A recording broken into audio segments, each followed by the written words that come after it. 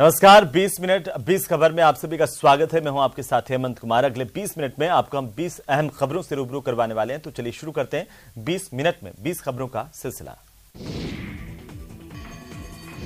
महादेव की नगरी काशी में महाशिवरात्रि को लेकर के तैयारियां अपने अंतिम चरण पर हैं। विश्वनाथ धाम में भक्तों की सुविधा को लेकर के मंदिर प्रशासन द्वारा तमाम व्यवस्थाएं की जा रही हैं। इनमें इस बार जहां रेड कारपेट पर पुष्प वर्षा के साथ श्रद्धालुओं का स्वागत होगा, तो वहीं मंगला आरती के टिकट के दामों में भी वृद्धि कर दी गई है। इस बार श्रद्धालु 2000 रुपए का टिकट खरीद करके भक्त मंगला आरती में शामिल हो सकेंगे। बाबा विश्वनाथ के दरबार में इस बार महाशिवरात्रि के अवसर पर 5 लाख से ज्यादा श्रद्धालुओं के आने की उम्मीद है। श्रद्धालुओं की बढ़ती संख्या को देखते हुए मंदिर प्रशासन ने जहां सुगम दर्शन पर रोक लगा दी है, तो वहीं दूसरी ओर मंगला आरती के टिकट के दामों में वृद्धि की गई है। शिवरात्रि पर टिकट 350 से बढ़कर 2000 रुपए में भक्तों को उपलब्ध कराया जाएगा। धर्म नगरी हरिद्वार में 2 बार फाल्गुन और सावन के महीने में बाबा भोलेनाथ के रंग में रंग जाती है। जहां देखो केवल बाबा के भक्त ही नजर आते हैं। ये लोग कावड़ लेकर यहां गंगा जल लेने आते हैं। ऐसे ही फाल्गुन की कावड़ यात्रा में सैकड़ों की संख्या में श्रद्धालु इन दिनों हरिद्वार पहुंच रहे हैं। शिव भक्त यहां से गंगा जल लेकर वापस अपने गंतव्य को लौट रहे हैं। श्रद्धालुओं के रेले में महिला, बच्चे, बुजुर्ग सभी वर्गों के लोग शामिल हैं और बोल बम के जयकारों की गूंज है। पिछले कुछ सालों में फाल्गुन कावड़ यात्रा में भी डाक कावड़ियों ने आने का चलन बढ़ा है। डाक कावड़िये वाहनों पर डीजे और साउंड सिस्टम लेकर चल रहे हैं। डीजे पर बजते गानों पर डांस करते हुए भी शिव भक्त भगवान की भक्ति में मगन नजर आ रहे हैं।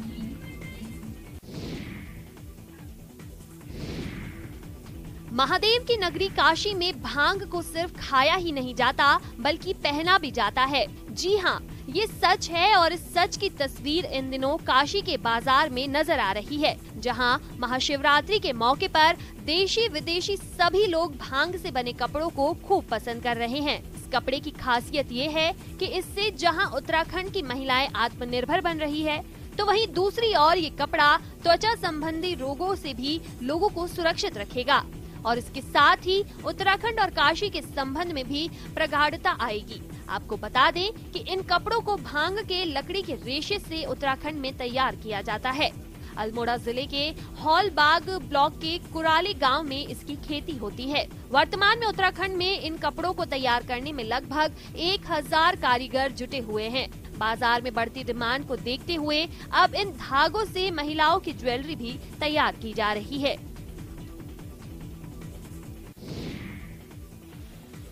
1100 शिवलिंगों पर एक साथ एक लोटा जल और फूल चढ़ाकर पुण्य पाने वालों के बारे में अगर आपको कोई भी बताएगा तो आपको बिल्कुल भी यकीन नहीं होगा। ये मंदिर स्थित है बुंदेलखंड के झांसी में। पानी के धर्मशाला के बीच में बने हजारिया महादेव मंदिर में हर समय श्रद्धालुओं की भीड़ जुटी रहती है। इस मंदिर में शिवलिंग की विशेषता ये है कि यहाँ पूजा करने आने वाले श्रद्धालुओं को 1 नहीं, 2 नहीं, 10 नहीं, 100 भी नहीं, बल्कि एक साथ 1100 शिवलिंगों पर जल चढ़ाने का सौभाग्य मिलता है। इस मंदिर ने एक बहुत बड़ा शिवलिंग है जिसके छोटे छोटे 11 गोलाकार घेरे के हर घेरे में 100 शिवलिंग बने हैं। हजारिया महादेव के मंदिर के मुख्य पुजारी का ये दावा है कि जब कभी भी बुंदेलखंड में सूखे के हालत बनते हैं, हजारिया महादेव के मंदिर में खास तौर से बुंदेली किसान आकर पानी गिरवाने की अर्जी करते हैं। शिवलिंगों के पानी में पूरी तरह से डूबने पर बुंदेलखंड में जमकर बारिश शुरू हो जाती है।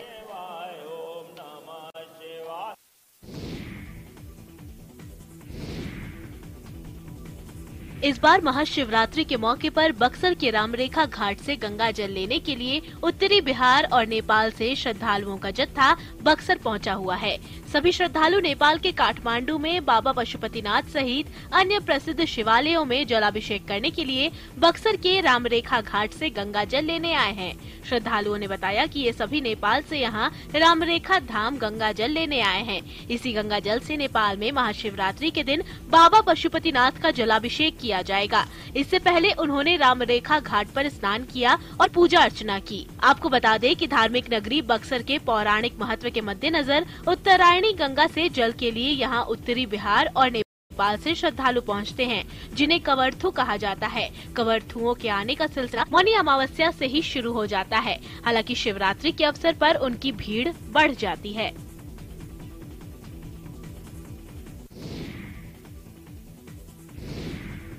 भूत धसाव से 1 महीने तक जोशीमठ और औली में पर्यटन गतिविधियां पूरी तरह से ठप पड़ी है, लेकिन अब पर्यटन व्यवसाय धीरे धीरे पटरी पर लौटने लगा है। इन दिनों औली में सैलानियों का जमावड़ा लगा हुआ है। बर्फ और स्कीइंग का लुत्फ सैलानी औली में उठा रहे हैं। भले ही आपदा के बाद लोगों के मन में कई तरह की आशंकाएं हो, एशिया की सबसे लंबी रोपवे में बंद हो, लेकिन सैलानी के हौसले इस बात की तकसीद कर रहे हैं कि डरने वाली कोई बात नहीं है। आपको बता दें कि विश्व प्रसिद्ध पर्यटन स्थल औली में बर्फबारी ने सुंदरता में 4 चांद लगा दिए। औली से नंदा देवी तक की चोटियां धूप खिलने के बाद चमक रही है।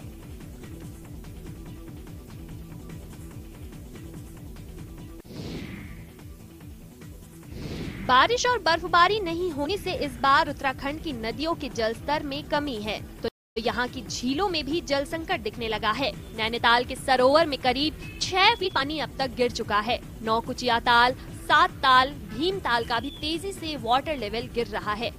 सिर्फ झील ही नहीं बल्कि कोसी, गोला, शिप्रा समेत अन्य नदियां भी पानी के संकट की ओर इशारा कर रही है। जल स्रोत सूखने से झील तालाबों पर दबाव बढ़ रहा है, जिससे स्थानीय लोगों की चिंता दिख रही है। अभी ये हाल है तो गर्मियों में क्या होगा। हालांकि इस संकट को दूर करने के लिए स्कूल और होटल में हो रही पानी की सप्लाई में कटौती के निर्देश अब जारी कर दिए गए हैं। आपको बता दें कि साल 2016 में झील का वाटर लेवल इस कदर गिरा था कि झील ने मैदान का रूप लेना शुरू कर दिया था, और इस बार भी ऐसा ही संकट इन झीलों पर अभी से लगने लगा है।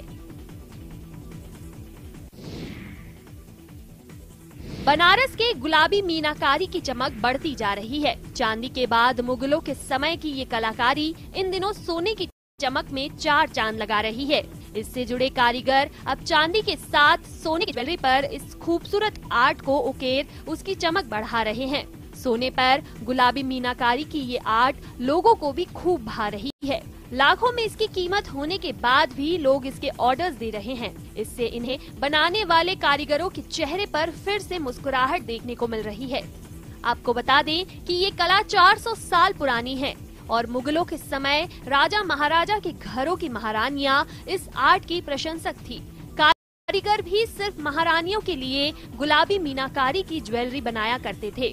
उस दौरान ये आर्ट सोने पर ही हुआ करती थी, लेकिन जब सोने के भाव आसमान छूने लगे तो ये इसे कारीगरों ने चांदी पर उकेरा और अब 3 से 4 सदी के बाद फिर से कलाकारी सोने की चमक बढ़ा रही है।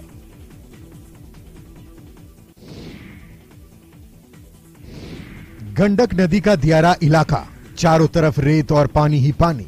इन सब के बीच नाव से शराब की तस्करी हो रही है। तस्वीरें गोपालगंज के जोधापुर थाना क्षेत्र के पतहरा गांव की है, जहां यूपी से 2 नाव पर शराब की खेप नदी के रास्ते गोपालगंज लाई जा रही थी। उत्पाद विभाग को इसकी सूचना मिली और मोटर बोट से छापेमारी कर शराब से भरी दोनों नाव को जब्त कर लिया। हालांकि तस्कर नदी में छलांग लगाकर फरार हो गए। उत्पाद अधीक्षक राकेश कुमार ने बताया कि 50 कार्टन दोनों नाव से शराब बरामद की गई है। इस मामले में अज्ञात शराब तस्करों के खिलाफ उत्पाद अधिनियम की प्राथमिकी दर्ज कर तलाश में पुलिस जुटी है। दरअसल गंडक नदी में जलस्तर कम होने के बाद शराब तस्करों ने नदी के रास्ते छोटे नाव से शराब की तस्करी शुरू कर दी है। यूपी बिहार के चेक पोस्ट पर मद्य निषेध विभाग और पुलिस की ओर से जांच में सख्ती बढ़ाए जाने के बाद तस्करों ने शराब की तस्करी के लिए गंडक नदी का रास्ता चुन लिया है। फर्जीवाड़े के लिए शातिर अपराधी हर दिन अपने कारनामे को अंजाम देने के लिए तरह तरह के प्रयोग करते दिख रहे हैं। मध्य प्रदेश के सिवनी से एक ऐसा ही मामला सामने आया है जिसे जानने के बाद आप हैरान रह जाएंगे। विदिशा के सिरोंज के रहने वाले 2 आरोपियों ने लोगों को झांसे में लेकर एक अनोखा तरीका निकाला। उनके पास सोने के बिस्किट थे, लेकिन असली नहीं बल्कि नकली। तस्वीरें देखने के बाद कोई भी गच्चा खा जाएगा। आखिर बिस्किट नकली है या असली? दावा ये किया जा रहा है कि सोना खुदाई के दौरान मिला है। आरोपी इसे बेचने की फिराक में थे। एक ग्रामीण को ठगने की कोशिश भी हुई, लेकिन उसने तत्काल इसकी सूचना पुलिस को दी। सूचना पर पुलिस ने आरोपियों को गिरफ्तार किया। उनके पास से नकली सोना, एक चाकू और बाइक जब्त की गई। फिलहाल पुलिस आगे की कार्रवाई में जुट गई है। जब्त सोने की जांच की जा रही है।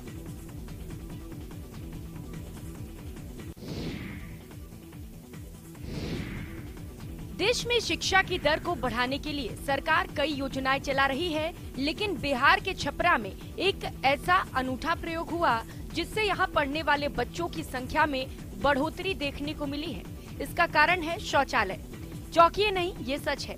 दरअसल यहाँ बच्चे शौचालय इस्तेमाल करने के लिए भी स्कूल आते हैं। दरअसल छपरा के अमनौर प्रखंड के अपहर गांव में सरकारी स्कूल के शिक्षक ने अपने विद्यालय के शौचालय को काफी आधुनिक तरीके से बनाया। शौचालय किसी 5 स्टार होटल के शौचालय से कम नहीं दिखता। ऐसे में यहाँ आने वाले गरीब बच्चे इस शौचालय का इस्तेमाल करने के लिए नियमित विद्यालय आते हैं। यहाँ पढ़ने सभी बच्चे गरीब परिवारों से आते हैं जिनके घर में अच्छा शौचालय नहीं है या किसी के साथ घर में शौचालय है ही नहीं। ऐसे में विद्यालय के प्राचार्य निर्मल कुमार पांडे का कहना है कि अच्छे शौचालय के लिए अच्छा सोच होना चाहिए। लिहाजा उन्होंने अपने विद्यालय में शौचालय को मॉडिफाई किया और पुराने शौचालय के साथ साथ 2 अन्य शौचालय बनवाए, जिनमें 5 स्टार होटल की तरह कमोड, यूरिनल, हैंड वॉश और टाइल्स मार्बल फिट करवाए गए हैं।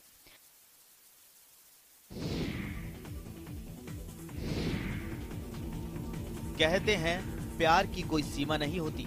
सच्चा प्यार ना तो सरहदें देखता है और ना ही धर्म और जात। ऐसा ही कुछ हुआ है हरियाणा के झज्जर के सुनील यादव और जापान की रेयोको ओकामोतो के बीच। 7 समंदर पार से झज्जर का छोरा विदेशी बहू लेकर आया है। दोनों ने झज्जर में हिंदू रीति रिवाज से विवाह की रस्में निभाई और 7 जन्म तक एक दूसरे का साथ देने के कस्में वादे किए। दोनों की शादी से परिजन भी बेहद खुश हैं। शादी की खुशी में विदेशी दुल्हनिया के परिजन भी हरियाणवी गानों पर जमकर थिरकते नजर आए। आपको बता दें कि सुनील की जापानी गुड़िया से पहली मुलाकात कॉफी मीट्स बेगल ऐप पर हुई थी। इसके बाद दोनों की दोस्ती बढ़ती गई और प्यार में तब्दील हो गई। उनके परिवार ने दोनों की शादी के लिए हामी भरी और रेयोको ओकामोतो शादी करने के लिए उनके साथ चली आई। हिंदुस्तान की दुल्हनिया बनी रेयोको ने नमस्ते इंडिया कहकर अपनी शादी की खुशी भी जाहिर की।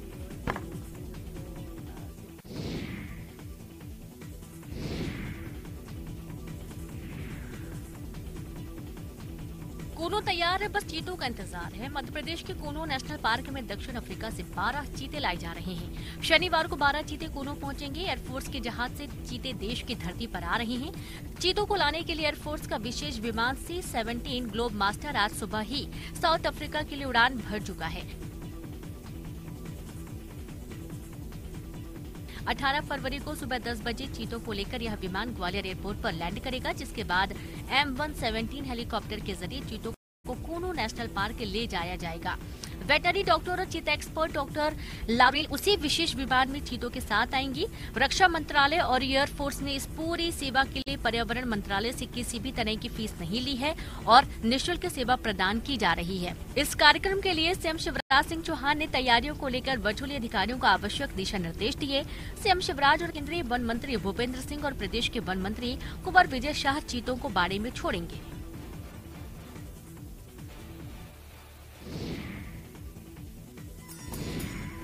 सांभर लेक सिटी को पर्यटन नक्शे पर लाने के लिए पहले सांभर फेस्टिवल 2023 का आगाज शुक्रवार से हो गया है। 3 दिन तक चलने वाले इस फेस्टिवल का विधिवत शुभारंभ डीम ने फीता काटकर किया। फेस्टिवल में आमंत्रित मेहमानों का राजस्थानी परंपरा के अनुसार स्वागत किया गया। सांभर फेस्टिवल में राजस्थानी नृत्य, वेशभूषा प्रतियोगिता, एडवेंचर बाइक राइड, शिल्प कला प्रदर्शनी, photography exhibition, fancy kite flying समेत विभिन्न कार्यक्रमों का आयोजन किया जाएगा। फेस्टिवल के शुभारंभ अवसर पर पर्यटन विभाग, जिला प्रशासन और स्थानीय प्रशासन में कई अधिकारी और कार्मिकों के अलावा ग्रामीण मौजूद रहे। इस फेस्टिवल से सांभर लेक के इतिहास को जानने का पर्यटकों को अवसर मिलेगा।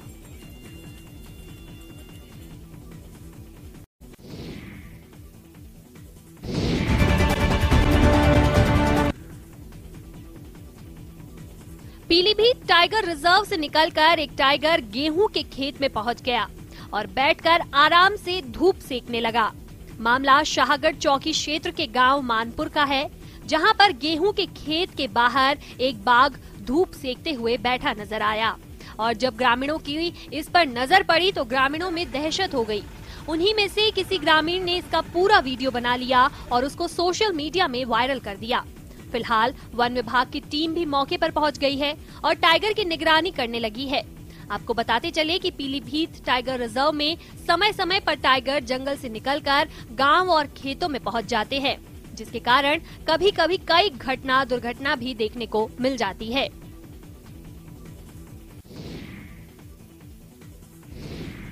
कहते हैं पुत्र के लिए पिता भले ही अपना फर्ज भूल जाए, लेकिन माता कभी कुमाता नहीं बनती। माता कभी अपने कलेजे के टुकड़े को खुद से अलग नहीं कर सकती। एक माँ का बच्चा थोड़ी देर के लिए उसकी आंखों से ओझल हो जाता है तो माँ घबरा जाती है, लेकिन अयोध्या में ठीक इसके उल्टा हुआ है। एक माता ने अपने नवजात शिशु को बोरे में लपेटकर गन्ने के खेत में फेंक दिया। मामला अयोध्या जनपद के कोतवाली बीकापुर क्षेत्र का है, जहां पर देवापुर गांव में गोसाई बाबा कुटिया के पास गन्ने के खेत में एक नवजात शिशु मिला है। ये शिशु लड़का है और जब गन्ने के खेत में रोते हुए बालक की आवाज सुनाई पड़ी तब स्थानीय लोगों ने ग्राम प्रधान को सूचना दी। मौके पर पहुंचे ग्राम प्रधान ने पुलिस को सूचना दी और पुलिस ने मासूम नवजात बच्चे को बीकापुर CSC में भर्ती कराया, जहां पर उसकी देखभाल हो रही है। पुलिस ने इसकी सूचना चाइल्ड केयर सेंटर को भी दी है। देवापुर के ग्राम प्रधान बब्बन ने बताया कि अगर इस बच्चे को कोई नहीं पालता है तब वो इस बच्चे को खुद गोद ले लेंगे और खुद इस बच्चे का पालन पोषण करेंगे।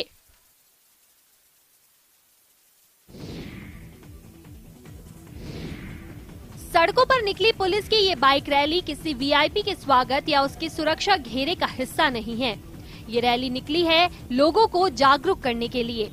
आंध्र प्रदेश के पुलिस कमिश्नर के नेतृत्व में 500 बाइक पर सवार पुलिसकर्मियों ने लोगों को 2 पहिया चलाने के दौरान हेलमेट पहनने के महत्व को बताया। रैली का आयोजन राष्ट्रीय सड़क सुरक्षा सप्ताह के तहत किया गया था। इसका स्लोगन था सेफ्टी फर्स्ट हेलमेट मस्ट। इस रैली में पूर्वी जोन के DCP विशाल गुन्नी और कई कॉलेजों के विद्यार्थियों ने हिस्सा लिया। आपको बता दें कि देश भर में होने वाले ज्यादातर एक्सीडेंट्स में अधिकांश लोगों की मौत हेलमेट न पहनने के कारण होती है।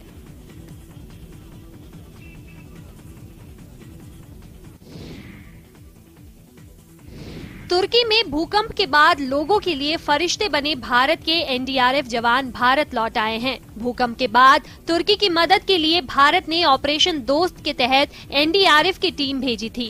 47 सदस्यीय इस टीम में डॉग स्क्वाड के सदस्य रेनबो और हनी भी शामिल हैं। आपको बता दें कि NDRF की 8वीं बटालियन के जवानों ने अपनी साहसी कार्यों से कई जानें बचाई। करीब 10 दिनों तक सफल तरीके से ऑपरेशन दोस्त चलाकर NDRF की एक टीम शुक्रवार को भारत लौटी। इन 10 दिनों के दौरान इन जवानों ने वहां हॉस्पिटल बनाने के साथ ही कई लोगों को मलबे से बाहर निकाला। NDRF के जवानों का पहला C-17 ग्लोब मास्टर विमान सुबह 9 बजे गाजियाबाद के हिंडन एयरपोर्ट पहुंचा।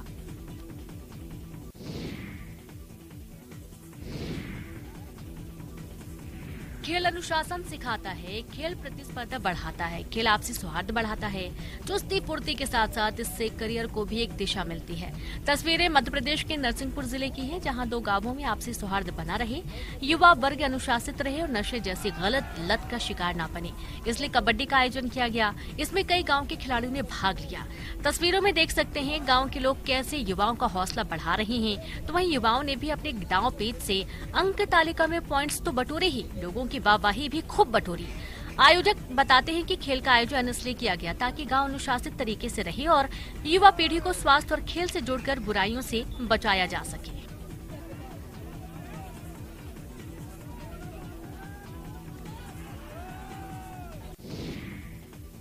कहते हैं कुछ कर दिखाने के लिए उम्र सीमा भी कोई मायने नहीं रखती। लहरों से डरकर नैया पार नहीं होती और कोशिश करने वालों की कभी हार नहीं होती। ऐसी ही कहानी है करौली जिले के टोडा भीम उपखंड के गांव महमदपुर के निवासी 14 साल के भूपेंद्र गुर्जर की, जिसने अपने मजबूत इरादों से हाल ही में आयोजित हुई खेलो India national games kabaddi Jaipur में अंडर 14 में गोल्ड मेडल हासिल किया है। भूपेंद्र के पिता राजेंद्र सिंह गुर्जर भारतीय सेना में कार्यरत हैं और उनकी मां एक गृहिणी है। गोल्ड मेडलिस्ट भूपेंद्र का कहना है कि जोखिम भरे खेल कबड्डी से उनका बचपन से ही लगाव है और इस खेल की तैयारी अपनी पढ़ाई के साथ ही कर रहे हैं। भूपेंद्र के मुताबिक उनकी इस कामयाबी का पूरा श्रेय उनके माता पिता को जाता है।